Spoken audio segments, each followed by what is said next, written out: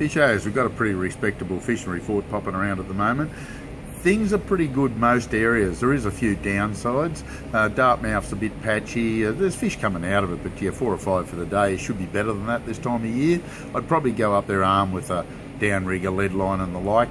But keep in mind though, if you're going to go to Dartmouth, there's a bit of a technique they're using there at the moment, using little minnows or gudgeons, for want of a better word, under bubble floats. They're probably harder to catch than the trout, but they're fantastic bait down there. Now, I must emphasise the fact you can't do that in New South Wales. Not allowed to use live finfish in New South Wales. My goodness, we've got to keep in touch with all these rules nowadays. It is a task, I can tell you. Poor old fishermen, they're the most regulated people in the world, but we're smarter than most, so we can keep up with it. A lot of the good fishing at the moment is in the Hume Weir. That's the Victorian scene. They're getting some good yellow belly out of it, plenty of them. Don't seem to have any issues getting a good run of yellows. About that 3, 4, 5 of an evening if you put in the time. The best lure at the moment has been wide body McGraths, CC minnows or extractors, getting some really good results on those.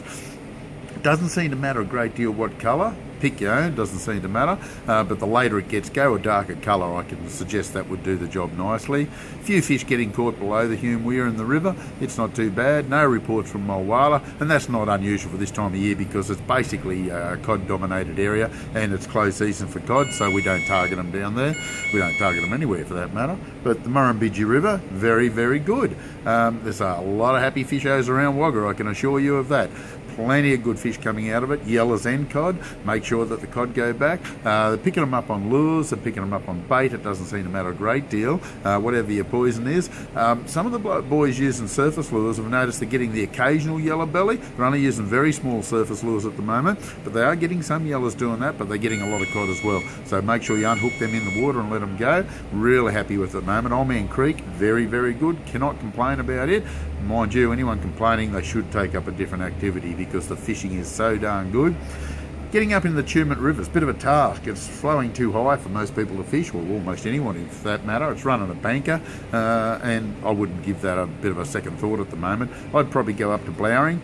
There's some nice big yellow belly coming out of Blowering, really good quality fish. Off the bank with bait, still pretty good, yabbies in particular, but the boys trolling and casting are getting their fair share at the moment, and they're seeing some big cod cruising around. And if you're right into the fly fishing, there's some big carp cruising up in the shallows, and they're a real challenge and a lot of fun on the fly, so give that one a bit of a hit.